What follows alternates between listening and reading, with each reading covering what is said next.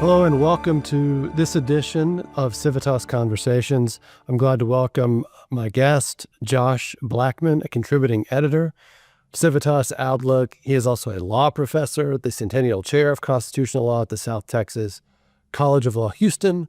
He is also the senior editor of the recently published Heritage Guide to the Constitution, the third edition, which is a tremendous achievement in its own right. Josh, feel free to say a few words about that when you join. And we're here today to talk about an interesting, provocative piece he wrote for Outlook called Eliminating Liberal Institutional Asymmetries. Josh, thanks for joining us.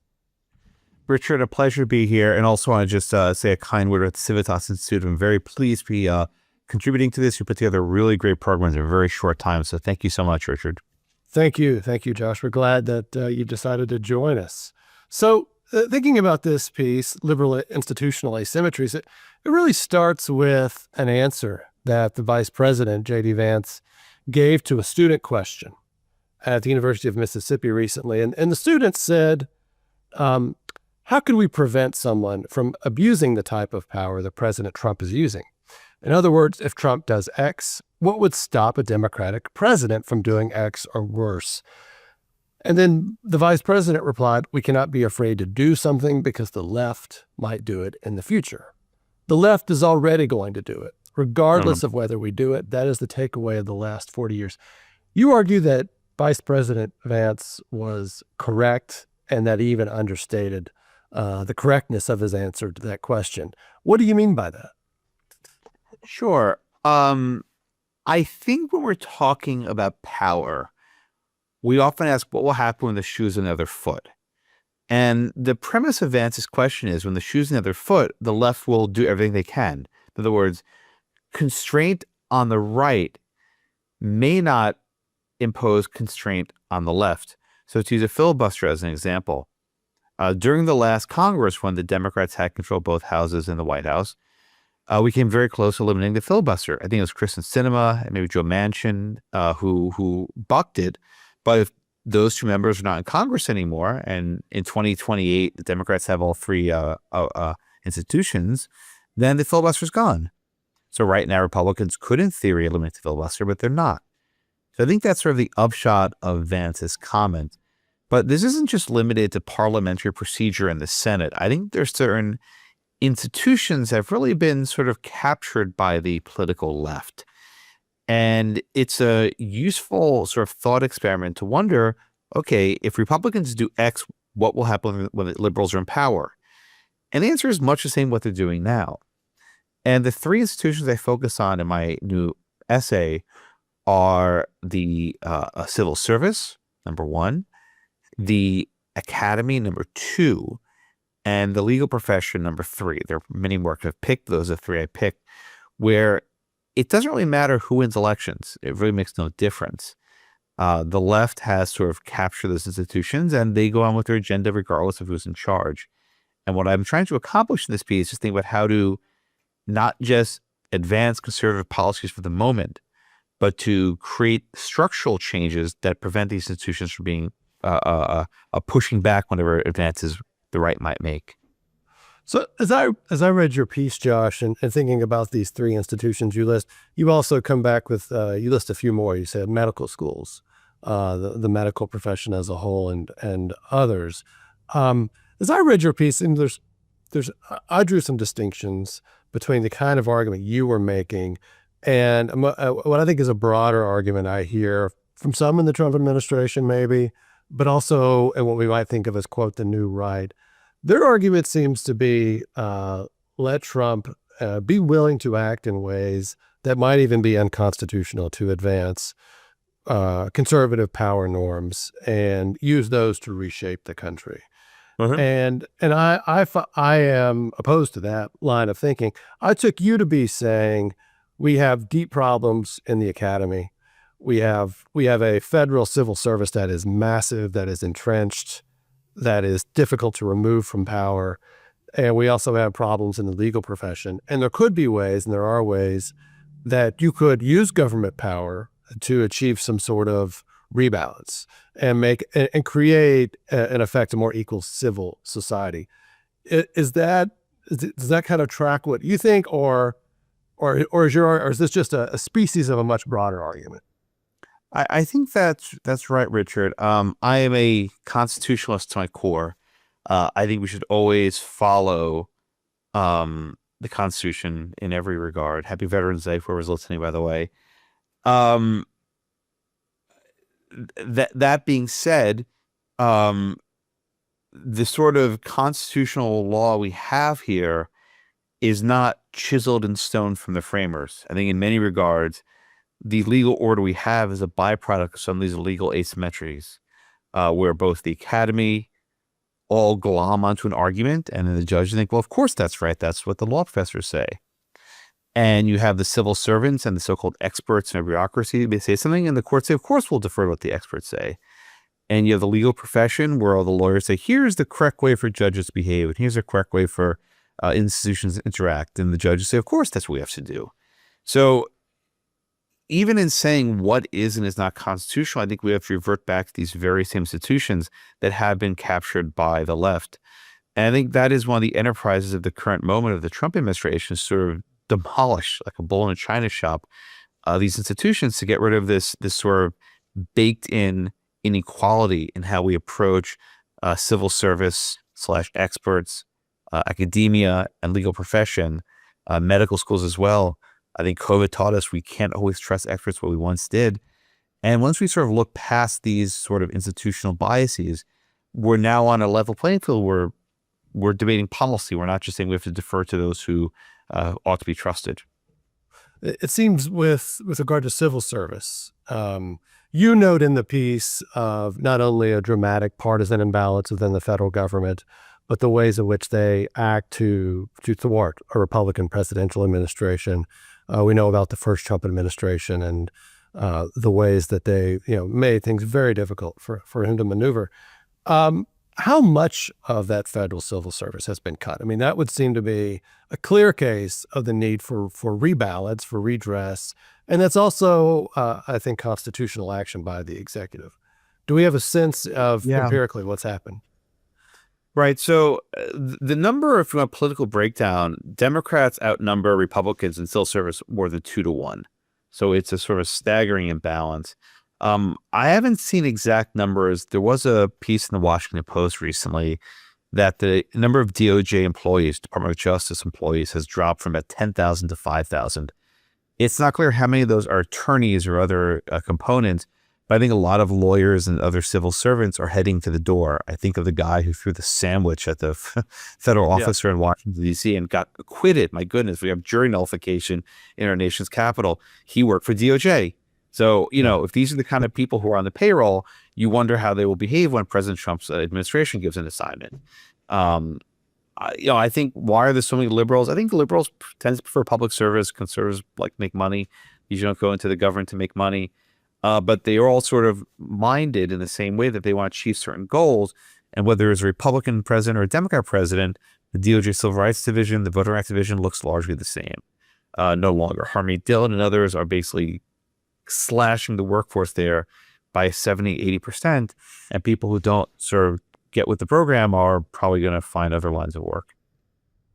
On thinking about this question of civil service reform, what would be too far? What would be going too far for you? Or is this kind of a unitary executive theory? The president should be able to control all hiring, personnel firings within the executive branch. Okay. So, the question is, what would go too far? I think we often think of the spoils system as this Tammany Hall, this corrupt institution. And it's probably not a good idea where people are bribing themselves to get government jobs. But I think the flip side is also problematic, where the civil service exists independent of who's in power. Now, that was designed as a virtue, that you have this sort of professional class, the neutral experts who would administer law, without fear or favor of whoever's in power. And I'm just not sure if that's realistic. I think that human nature is such in our divided polity that anytime you have people who are just there forever, they will carry their interests forward, whether overtly or implicitly. I would have a far greater number of people in the executive branch considered basically political appointments. Just make explicit what's already there. Now, President Trump has considered doing this Schedule F and these other different ways of removing people from the protections of civil service. I think that would be a very good idea. But more pressingly, if you have evidence that people are frustrating the administration, make it easier to fire them. Civil servants have very, very broad protections of removal, and perhaps too broad given their line of work. So I would perhaps make more political appointments, but also make it easier to remove people who are actively frustrating the agenda of the administration in power. So I want to talk about your argument as it relates to higher education, which has obviously been a major issue in the Trump administration and something the press has covered. Many have argued that the Trump administration has used a hammer with regards to certain institutions where it should have used a scalpel. It's perhaps set in place practices that won't actually translate beyond his administration. But we also know, as you identify liberal institutional asymmetries, perhaps none bigger than higher education in America, particularly Tier 1 schools. How do you see its efforts in that regard? Is there anything there that we know it sort of addresses your argument, but anything there that gives you pause in particular? And I'm thinking of the Compact for Higher Education being one thing that's given me cause for concern. Right. And I think you have to sort of separate out a lot of what the Trump administration has done is to deal with anti-Semitism on campus. It's a topic which we've been thinking about quite a bit the last few weeks. And a number of these schools became hotbeds of anti-Semitism where Jewish students had to be escorted to class by police escort. And they had these no Zionist zones and these things that were sort of unthinkable, but just happened overnight. And universities took no actions to stop it. I think a lot of the settlements in those cases, I think, have been actually quite appropriate. The Compact for Higher Education, I think, does have some constitutional issues. And really, Richard, in an ideal world, the federal government wouldn't be funding so much money in the executive branch in higher education. They just wouldn't be doing this. Yeah. Why? Because he who pays the piper calls the tunes. Yeah, or any. I think whoever pays the piper calls the tunes. And I think for years, higher ed has been basically at the mercy of the executive branch. If you don't like our Title IX policy on, sexual assault or transgender or whatever, you are going to lose all this money. And it's such a cudgel. I think for the first time ever, a Republican president's wielding that power, and it's scaring the wits out of these schools. They're claiming the end of the academy, the end of academic freedom, and so on. So I think to the extent that it's being done at all, it's a mistake. If the courts want to hold that all this stuff is a violation of the Constitution spending clause, okay, that's good. But if the courts uphold the power of the executive branch to withdraw funds from schools that don't play ball, then we have to decide what are the rules of the game. And if the left is willing to impose these draconian mandates, then the right should as well. I don't even know how effective any things will be. I think these institutions are just going to sign whatever they want, hope that the next administration cancels it. I don't think they'll even be very long-lived. But I think we're living in a time where the institutions are so one-sided. Just to flip it around on the other side, what will happen to the conservative institutions if the Democrat administration really don't exist, right? I can count on one hand how many conservative universities there are with a national profile. They're not many. George Mason, kind of the law school, maybe Notre Dame, kind of. Hillsdale, they don't take any federal money. Maybe look at the UT Civic Leadership School, a few other institutions, but it's a small number of schools where you have this sort of ideological mission alignment. So I just think there's not much of a risk of retaliation.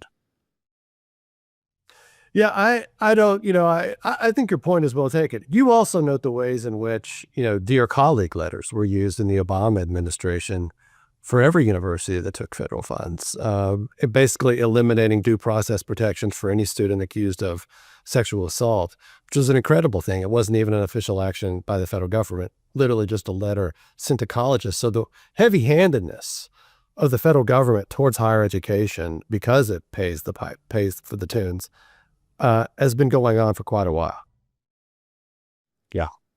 Yeah. The dear colleague letters were atrocious. You get these memos or even blog posts put out saying, okay, universities, let's go. Let's adopt this new policy on due process standards for people accused of sexual assault, and who cares what happened before. And oh, by the way, if you don't do this, you lose like billions of dollars in funding. And people didn't really complain because, frankly, the universities agreed with those standards. They weren't objecting to them. Yeah. They went along with this liberal progressive mantra. So now that Trump says, okay, let's protect free speech and stop oppressing Jewish students. Oh my God, it's the end of the world. We can't have this intrusion on academic freedom, right? It's almost comical if it wasn't true. Yeah. I want to move on. You're arguing about the legal profession. Because that seemed to be one where I disagreed with you, at least in part. I want to talk about the American Bar Association. Now, here I think you make a very good point. We had a great symposium at Civitas Outlook, which you led on, that I think helped galvanize thinking in this state about the ways in which the American Bar Association dominates or had a monopoly over regulating legal education. But that's true, my understanding, through the Department of Education over legal education in this country. They have a monopoly role. And so you kind of make the point of the administration sort of disempowering the ABA. Right. I mean, the American Bar Association, there was a time when this was this important institution that everyone looked to understand what the law was. And it represented the legal profession. But over time, in the 60s and the 70s and really to the 80s, the ABA became, again, captured by the left. It became a liberal organization. They took positions on abortion. They took positions on the death penalty. They took positions on gay rights, on virtually any issue. No matter how far removed from the legal profession, they signed up in a liberal position. So there's been an effort throughout multiple Republican administrations to sideline the American Bar Association. The George W. Bush administration stopped sort of deferring to the ABA in judicial selections, and basically Biden and Obama have not really continued that tradition. Now they're gone. They don't get any sort of preview. They don't get to talk to any of the nominees under the current policy. Texas Supreme Court is actually looking to remove the ABA as a sole accreditor. That's probably going to happen next month or so. This is not really something Trump has done. This has been kind of the self-immolation, the self-implosion that's been their own fault for years. I think the part where you probably disagree with me more, and I think I disagree with myself on a bit, is the law firm settlements. A lot of the law firms that President Trump has sort of been targeting for these settlements didn't really do very much wrong at all. And they didn't warrant these sorts of punishments. So in some cases, lawyers represented members of the Jack Smith team and otherwise, lawyers who were involved in the Russia investigation, and some other lawyers who did other things that Trump didn't like. Those lawyers had their security clearances revoked, and basically Trump tried to extract settlements with firms, and some of the firms went along with it. They're actually making a lot of money. They're not complaining too loudly. But some firms are fighting it back in court, Wilmer Hale, Perkins Coie, and others. And I think of all the actions that have been taken, these are probably the most vulnerable on legal grounds. But it's funny, I talked to one of the lawyers at one of these firms who's very conservative. And she told me, like, yeah, Josh, I know this is unconstitutional, but for the first time ever, I'm allowed to do conservative pro bono work, right? In other words, Yeah. This is actually having an impact that, yes, it's probably illegal, but now my conservative associates are allowed to do conservative pro bono work for the first time ever. So again, it's not that the end justifies the means, but the effect of these actions are taking is to eliminate these asymmetries in these institutions to allow conservatism to advance. Because before this, there were no conservative pro bono firms. They couldn't take on conservative cases. The numbers are staggering. This Derek Muller has done a very good job, I think, demonstrating this point in some of his and I think it's also the case, ends don't justify the means. Many of these law firms are exclusively ideological shops in terms of what's acceptable to stay or to practice or actually do in a professional capacity. You linked to, I think, the female lawyer for Hogan Lovells, who, because she mentioned she was pro-life on a call, was actually fired from the firm. Yeah. That's an incredible, that gives you a clue about the environment of it inside these shops. It seems though too, I mean, there's addressing institutional asymmetries, and it seems, what I hope we don't lose sight of though is the best way to do that is actually remove the ways in which government has helped make this possible. Like you mentioned medical schools towards the end, but what if we removed the cap on the number of medical schools there can be? in the United States and allowed that to be more responsive to market demand pressure. That would be a better way to increase supply of doctors, but also deal perhaps with sort of the ideological rigor that's taken hold in many medical schools. No, I think that's absolutely correct. So many of the issues here concern deliberate government policies that restrict choice. And I think all this could be achieved much more effectively if we sort of get government out of the business of making these sorts of choices. I mean, I want to return to your point before, Richard. The Fed shouldn't be giving billions of dollars to universities. It's a terrible idea. Hillsdale, I think, set a good model of not having federal funding, and they don't have to deal with this crap. I'm sorry, I shouldn't say this in your podcast. They shouldn't have to deal with this garbage, right? Whatever Title IX mandate, dear colleague, Hills was like, that's nice. We're going to go ahead and do what we want to do, as we've been doing for 100-something years. But until that happens, you don't have to sort of fight with one hand tied behind your back. I think that's what Trump is showing. It seems also the case. You mentioned one shining success story within conservatism. That's the movement of originalism, the development of originalism within the federal judiciary, but also the legal academy. And one agent of that change has been the Federalist Society. But it seems to me a clear lesson there too is constitutionalism, rule of law, principle, and not giving up on those things. And that not only are they constitutionally true, but they're also politically effective. And I do worry, in particular, sometimes comments I hear from the vice president and others within the administration that lesson has not been heeded. Yeah, I mean, not to provide too much of a sneak peek, but I have a piece in Civitas coming out very soon on this issue about the role of the Federal Society. Judge Oldham gave a lecture at the Federal Society on this past week, and he actually questioned, should we still be debating things? Should we just move on and say we've won? And I don't know that I agree with Judge Oldham. I think he made some very fair points, but I would say that the battle of ideas is never over. And the war, for certain, has never been settled. And unless we still keep focusing on the rule of law and constitutionalism and debating these important issues, I don't know that we can keep an eye on the prize. I think we can lose sight of what's important. Yeah. Josh Blackman, thank you so much for joining us for Civitas Conversations. We very much appreciate it. Thank you, Richard.